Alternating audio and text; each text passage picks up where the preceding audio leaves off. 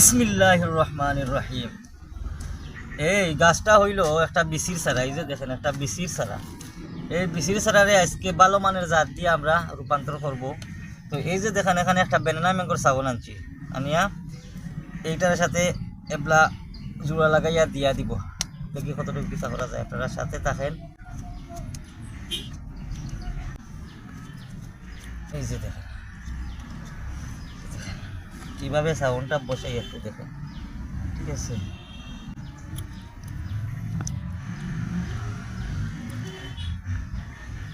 এই যে দেখেন মাঝে দিয়ে ঢুকাইয়া দিলাম, এই যে দেখেন আবার দিয়া দিলাম, ঠিক আছে? এই যে দেখেন বসাই দিলাম। এবার পলি দিয়ে ফেঁসাইয়া দিতে হবে, পলি দিয়া ফেঁসাইয়া দিতে হবে।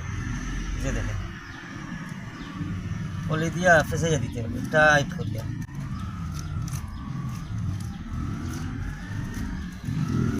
এই যে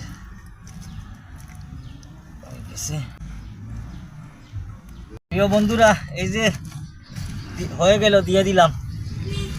তো আপনারা যারা গ্রাফটিং করবেন এইভাবে করবেন, ঠিক আছে?